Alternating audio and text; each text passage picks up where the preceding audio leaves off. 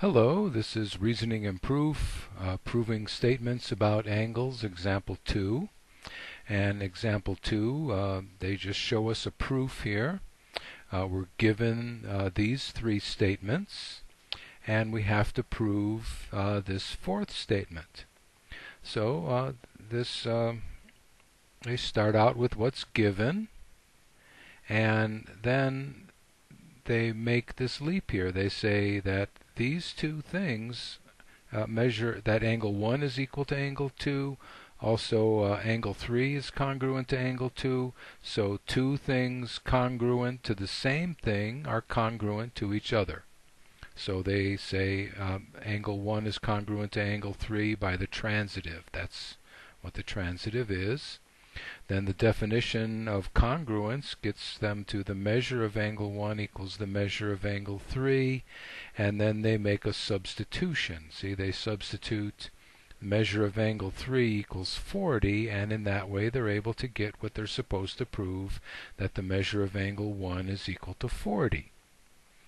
Now, I've said this many times that not all people think the same, and following the statement of what's given, you might do this. You might say that angle 1 being congruent to angle 2 and angle 2 being congruent to angle 3, that means that the measure of angle 1 equals the measure of angle 2, and the measure of angle 2 equals the measure of angle 3. That's the definition of congruence.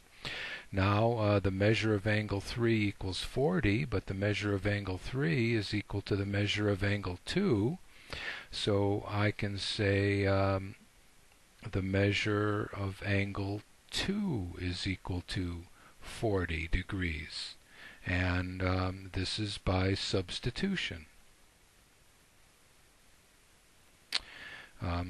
I've substituted angle 3 with angle 2. Now I can substitute angle 2 with angle 1.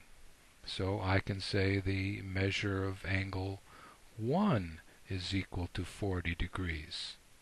And that's by substitution again. And that's what I was asked to prove.